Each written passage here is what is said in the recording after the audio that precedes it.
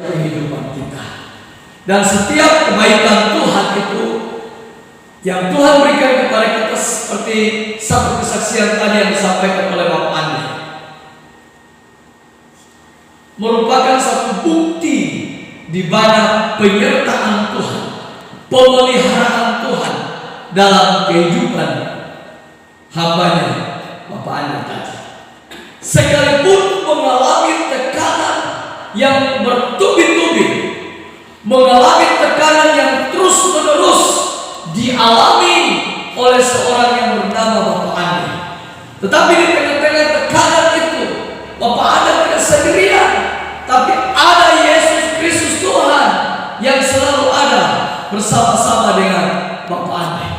Sekalipun tekanan itu sangat berat, menyakiti hati, membuat hati ini seakan-akan membuat kita marah, kita mengalami satu tekanan, mungkin kita putus asa dan tidak berdaya lagi.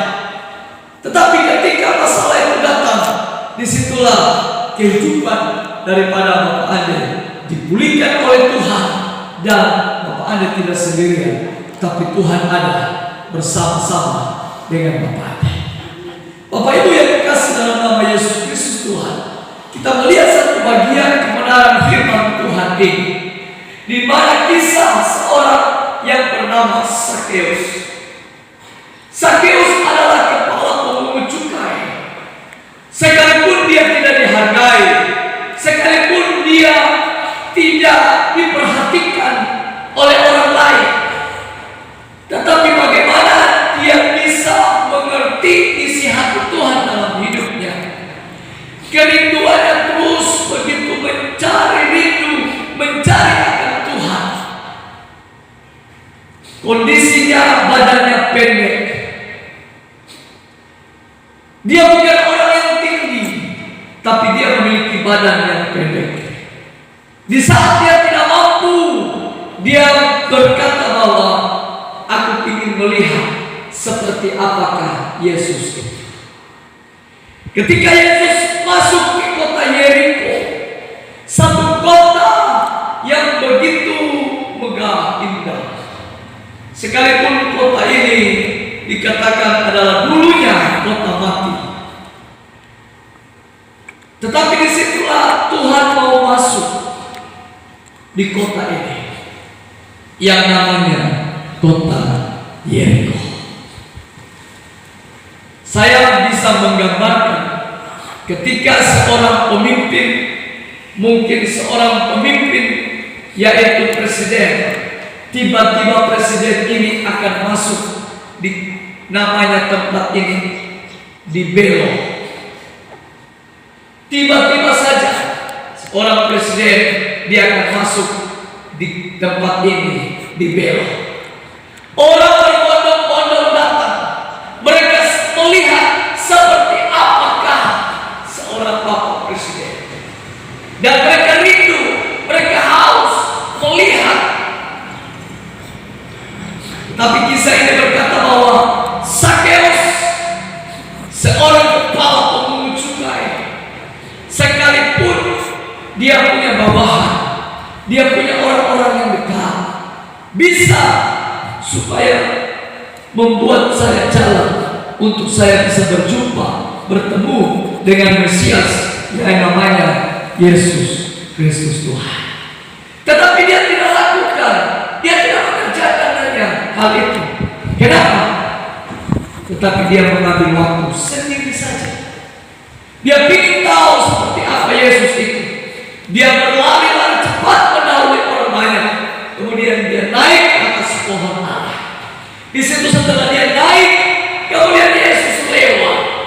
Pada waktu Yesus lewat dan Tuhan ingin dia berdiri, seperti apakah Sakeus itu? Kemudian Tuhan berkata kepada Sakeus, Sakeus, segeralah turun. Hari ini aku akan menumpang di rumahmu. Hari ini aku akan menumpang di rumahmu.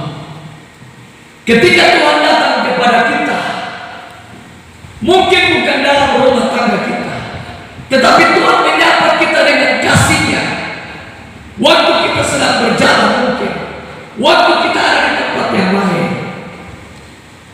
Tuhan mau menyapa kita dengan kasih-Nya.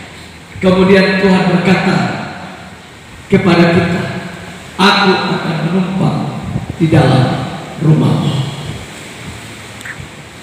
Hati kita sangat bersuka cita. Hati kita tidak bersedih. Hati kita tidak marah. Kenapa? Karena Raja di atas segala raja, Yesus Kristus Tuhan, Dia akan menumpang di rumah saya.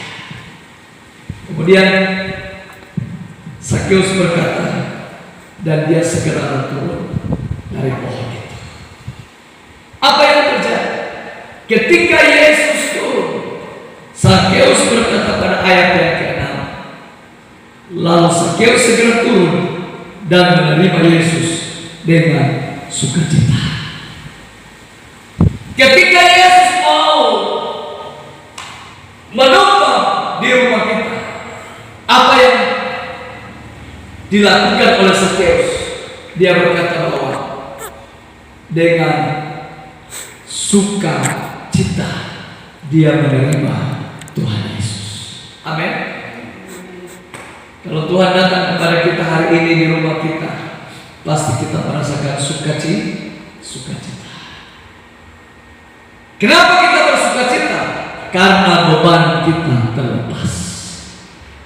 Karena apa yang kita alami, apa yang kita hadapi, apa yang membuat kita sedih, apa yang membuat kita sakit hati, ketika Yesus datang dan Dia menumpang dalam rumah kita, semuanya akan terselesaikan dengan sukacita. Amin. Yesus mau masuk dalam hidup kita pagi hari ini. Tuhan bilang, siapkan diri baik-baik, ya, supaya apa? Supaya ketika Yesus datang dalam hati kita, kita pasti merasakan sukacita.